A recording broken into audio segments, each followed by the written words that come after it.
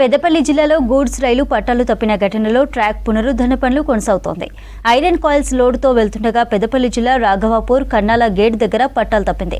నిజామాబాద్ నుంచి ఘజియాబాద్ వెళ్తుండగా ఘటన జరిగింది. ఢిల్లీ చెన్నై మార్గంలో రైళ్ల రాకపోకలు నిలిచిపోయాయి. దీంతో పాటు మంచిర్యాల, రామగుండం, పెద్దపల్లి, ఓదెల, జమ్మికుంట తదితర రైల్వే స్టేషన్స్లో ట్రైన్స్ ఆగిపోయాయి. దీంతో ప్రయాణికులు ఇబ్బందులు పడుతున్నారు. 11 వ్యాగన్లు పట్టాలపై పడిపోవడంతో కాజీపేట్, భల్లార్షా మధ్య ఉన్న 3 రైల్వే లైన్స్ పూర్తిగా ధ్వంసమయ్యాయి. కరెంటు పోల్స్ సైతం విరిగిపోయాయి. వ్యాగన్లో ఒకదానిపైకి ఒకటి ఎక్కడంతో ట్రాక్ పునరుద్ధరణ పనులు కష్టంగా మారాయి.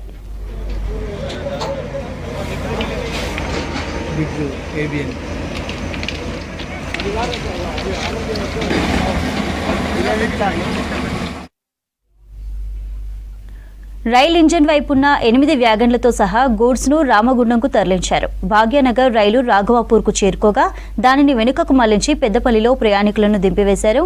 వరంగల్ వైపు వెళ్లే మరికొన్ని సూపర్ ఫాస్ట్ ఎక్స్ప్రెస్ రైళ్లను రామగుండం, మంచిర్యాల రైల్వే స్టేషన్లలో నిలిపివేసినట్లు అధికారులు తెలిపారు. రైళ్ల రాకపోకలను పునరుద్ధరించేందుకు 24 గంటల సమయం పడుతుందని చెప్పారు. ప్రమాదానికి గల కారణాలపై రైల్వే ఇంటెలిజెన్స్ అధికారులు ఆరా తీస్తున్నారు.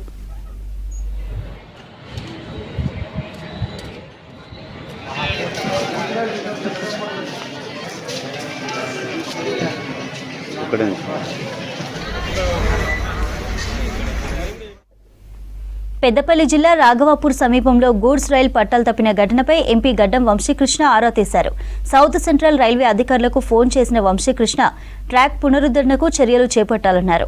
ఢిల్లీ, చెన్నై వెళ్లే ఏకైక మార్గంలో ప్రమాదం జరగడంతో ఉత్తర దక్షిణ భారత్కు సంబంధాలు తెగిపోయాయన్నారు. గూడ్స్ రైలు పట్టాలు తప్పేందుకు గల కారణాలను తెలుసుకోవాలని అధికారులను ఆదేశించారు ఎంపీ వంశీకృష్ణ.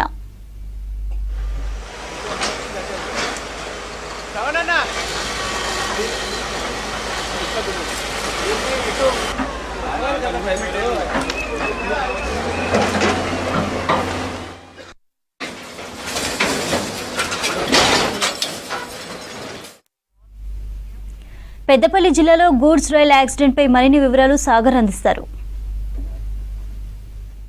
పెద్దపల్లి జిల్లా రాఘవాపూర్ గ్రామ శివారులో గూడ్స్ రైలు పట్టాలు తప్పడంతో దాదాపు 11 రైలు బోగీలు మొత్తం కూడా ధ్వంసమయ్యాయి. ప్రస్తుతం మనము చూడొచ్చు. ధ్వంసమైన సిచ్యువేషన్ చూస్తుంటే భారీ పెద్ద ప్రమాదంగా ఇది గుర్తించవచ్చు. ఎందుకంటే ఇది గూడ్స్ రైలు కావడంతో పెద్ద ప్రాణాపాయం తప్పిందని చెప్పుకోవచ్చు. ఎందుకంటే ఈ గూడ్స్ రైలులో ఐరన్ స్టీల్స్ రాడ్ కావచ్చు, ఇట్లాంటి వెళ్తూ ఉంటాయి.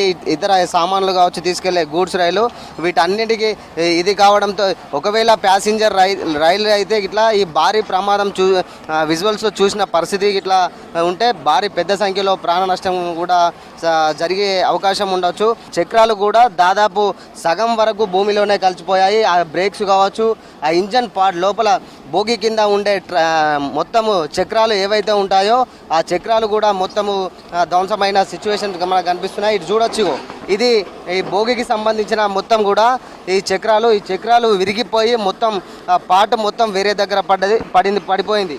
అంటే ఈ దాదాపు ఈ చక్రాల పట్టాన్ని లేపాలంటే సుమారు జేసీబీ అయితేనే లేపి ఉంటుంది. దాదాపు ఇక్కడ ప్రమాద సిచ్యువేషన్ చూస్తే మాత్రం ఇది భారీ పెద్ద సంఖ్యలో ప్రమాదం చోటు చేసుకుందని చెప్పొచ్చు. పట్టాలు తప్పి అర్ధరాత్రి పట్టాలు తప్పడంతో ప్రాణ నష్టం కూడా కొంచెం లేకపోవడం కూడా మనకు మంచి జరిగిందని చెప్పుకోవచ్చు. రైలు పట్టం చూడొచ్చు, రాడ్ మొత్తం కూడా విరిగిపోయిన సిచ్యువేషన్స్.